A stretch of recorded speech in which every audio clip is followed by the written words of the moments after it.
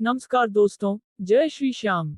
आप सभी का मेरे YouTube channel the divine story पर आपका स्वागत है।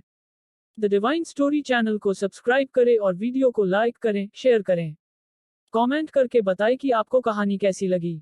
नमस्कार दोस्तों, हिंदुस्तान में अंग्रेजों की हुकूमत सन 1858 में शुरू हुई थी और सन 1947 तक अंग्रेजों की हुकूमत चली। इससे पहले 1757 से लेकर 1857 तक हिंदुस्तान पर ब्रिटेन की कंपनी, ईस्ट इंडिया कंपनी का कंट्रोल था।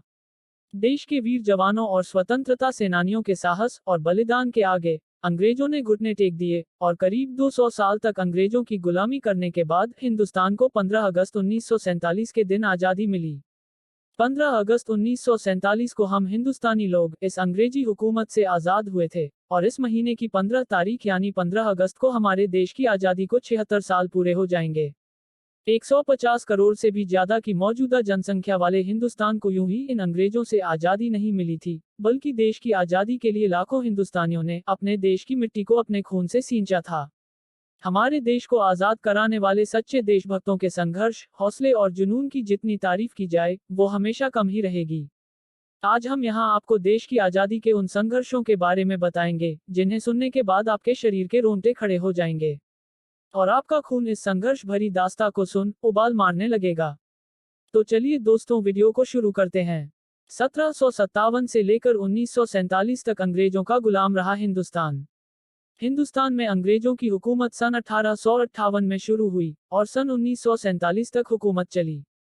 इससे पहले 1757 से लेकर 1857 तक हिंदुस्तान पर ब्रिटेन की ईस्ट इंडिया कंपनी का कंट्रोल था। देश के वीर स्वतंत्रता सेनानियों के साहस और बलिदान के आगे अंग्रेजों ने घुटने टेक दिए और करीब 200 साल तक अंग्रेजों की गुलामी की दास्ता सहन करने के बाद हिंदुस्तान को 15 अगस्त 1947 के दिन आज़ादी मिली। सन 1857 में उठी थी हिंदुस्तान में आज़ादी की पहली चिंगारी। अंग्रेजी हुकूमत से हिंदुस्तानियों ने आज़ादी की पहली चिंगारी 1857 में निकली थी। उस वक्त की क्रांति सिपाहियों की क्रांति या 1857 के भारतीय क्रांति के नाम से प्रसिद्ध है। उस क्रांति का नेतृत्व किसी और ने नहीं, बल्कि श्री मंगल पांडे जी ने शुरू किया था। मंगल पांडे जी के अलावा झांसी की रानी लक्ष्मीबाई, तात्या टोपे और नाना साहिब, इसके कुंवर सिंह, अंबाला छावनी और मेरठ की छावनी ने 1857 में अंग्रेजों के खिलाफ लोहा लिया था। आजादी के लिए बाल गंगाधर तिलक और JRD टाटा ने शुरू किया था स्वदेशी आंदोलन। सन 1900 के आसपास देश में स्वदेशी आंदोलन की शुरुआत हुई। उस वक्त बाल गंगाधर तिलक और JRD टाटा ने बॉम्बे स्वदेशी को ऑप स्टोर्स कंपनी लिमिटेड की स्थापना करके विदेशी सामानों का बहिष्कार किया और स्वदेशी सामानों का समर्थन करना शुरू किया। गांधी ने इस आंदोलन को स्वराज की आत्मा बताया था। जालियांवाला बाग नरसंहार। स्वतंत्रता आंदोलन के दौर में जहां एक और सुधारवादी और क्रांतिकारी योजनाएं बनाई जा रही थी, वहीं दूसरी ओर 13 अप्रैल 1919 को पंजाब में जलियांवाला बाग नरसंहार हुआ था। उस दिन यहाँ पर लोग बैसाखी का त्योहार मनाने के लिए लोग इकट्ठे हुए थे। ये नरसंहार आज तक के सबसे बड़े नरसंहार में से एक है। हाल ही में जलियांवाला बाग नरसंहार के 100 साल पूरे हुए हैं। उस दिन शांतिपूर्ण ढंग से विरोध करने आए लोगों के लिए वो दिन खूनी रविवार बन गया था। इस नरसंहार में अंग्रेजों ने बड़े से लेकर छोटे बच्चों को भी मौत के उतार दिया था। इस नरसंहार के विरोध में रविंद्रनाथ टैगोर ने ब्रिटिश सरकार से मिली नाइटहुड की उपाधि को त्याग दिया था। साल 1921 में डिजाइन किया गया था हिंदुस्तान का मौजूदा राष्ट्रीय ध्वज। 7 अगस्त 1906 को कोलकाता के पारसी बागान स्क्वायर पर पहली बार भारत का झंडा फहराया गया था। उस झंडे में लाल, पीला और हरे रंग की 3 पट्टियां थीं। साल 1921 में पिंगली वेंकैया ने हमारे मौजूदा राष्ट्रीय ध्वज का पहला डिजाइन किया था।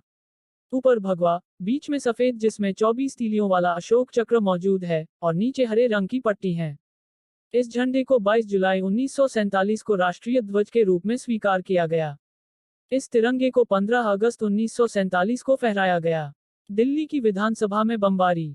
निरंकुश और भेदभावपूर्ण शासन के खिलाफ मानवता, भाईचारा, आपसी प्रेम और सर्वहित में शासन स्थापित करने के मकसद से 8 अप्रैल 1929 को श्री भगत सिंह जी और बटुकेश्वर दत्त ने दिल्ली की केंद्रीय असेंबली में बम फेंका था।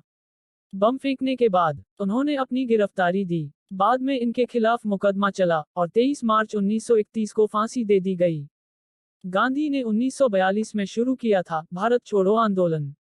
दूसरे विश्व युद्ध के दौरान 8 अगस्त 1942 को गांधी द्वारा अखिल भारतीय कांग्रेस कमेटी के बॉम्बे सत्र में भारत छोड़ो आंदोलन की शुरुआत की गई। इस आंदोलन को अगस्त क्रांति के नाम से भी जाना जाता है। इस आंदोलन के माध्यम से भारत में ब्रिटिश शासन को खत्म करने की मांग की गई थी। आजाद हिंद फौज की आजादी में हिस्सेदारी। सुभाष चंद्र बोस जी के नेतृत्व में 21 अक्टूबर 1943 को आजाद हिंद सरकार का पुनर्गठन हुआ था। सुभाष चंद्र बोस जी ने आजाद हिंद फौज के कमांडर की हैसियत से भारत में अस्थायी सरकार बनाई। बहुत जल्द इस फौज को जर्मनी, जापान, फिलीपींस, कोरिया, चीन, इटली और आयरलैंड ने मान्यता दे दी थी। सुभाष चंद्र बोस जी का मानना था कि अंग्रेजों के मजबूत शासन को केवल सशस्त्र विद्रोह के जरिए ही चुनौती दी जा सकती है। मोदी सरकार ने आजाद हिंद फौज की वर्षगांठ हर साल धूमधाम से मनाने का फैसला किया है।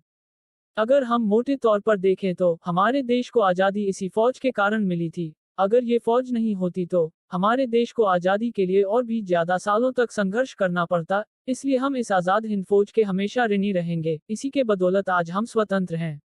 आजादी के समय भारत का कोई राष्ट्रीय गान नहीं था। उस समय भारत का कोई राष्ट्रीय गान नहीं था। मौजूदा राष्ट्रीय गान भारत भाग्य विधाता सन 1911 में रविंद्रनाथ टैगोर द्वारा लिखा गया था, जिसका नाम बाद में बदलकर जन गण मन कर दिया गया। फिर इसके बाद 24 जनवरी 1950 में भारत की संविधान सभा ने जन गण मन को राष्ट्रीय गान के रूप में स्वीकार कर लिया था। रेडक्लिफ लाइन के नाम से भी जानी जाती है हिंदुस्तान पाकिस्तान की सीमा रेखा। हिंदुस्तान और पाकिस्तान के बीच बनी सीमा रेखा को रेडक्लिफ लाइन के रूप में भी जाना जाता है, जिसे ब्रिटिश अधिकारी सिरिल रेडक्लिफ ने 3 अगस्त 1947 को सीमांकित किया था। इसकी सीमा की जानकारी आधिकारिक तौर पर भारत की आजादी के 2 दिन बाद यानी 17 अगस्त 1947 को प्रकाशित की गई थी। सिंधु नदी के नाम पर रखा गया हमारे देश का नाम हिंदुस्तान। हमारे देश का नाम सिंधु नदी से लिया गया है। सिंधु नदी एक महान सिंधु घाटी सभ्यता की गवाह है। हिंदुस्तान को 15 अगस्त 1947 की आधी रात को स्वतंत्रता मिली थी। आपको जानकर हैरानी होगी कि कोरिया, कांगो, बहरीन और इसके अलावा भी कई देश भी 15 अगस्त को अपना स्वतंत्रता दिवस मनाते हैं। हमें आजादी तो मिल गई, लेकिन अंग्रेजों ने फूट डालो राज करो नीति के तहत हिंदुओं और मुस्लिमों में एक ऐसा बीज बोया जिसने भारत के 2 टुकड़े कर दिए और फिर जिसके कारण पाकिस्तान का जन्म हुआ।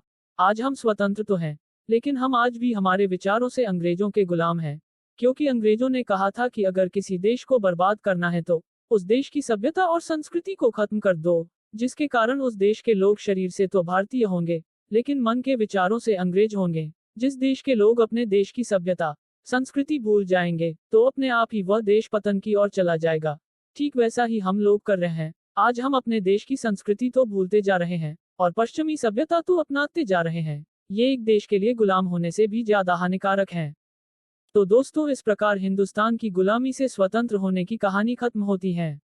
हम आपको ऐसी ही शिक्षाप्रद और कहानियां सुनाते रहेंगे। अगर आप इस चैनल पर नए हैं तो द डिवाइन स्टोरी चैनल को सब्सक्राइब करें, वीडियो को लाइक करें और ज्यादा से ज्यादा वीडियो को शेयर करें। इस प्रकार हमारी ये कहानी खत्म होती है। धन्यवाद। जय हिंद, भारत माता की जय। हर हर महादेव। हर हर महादेव।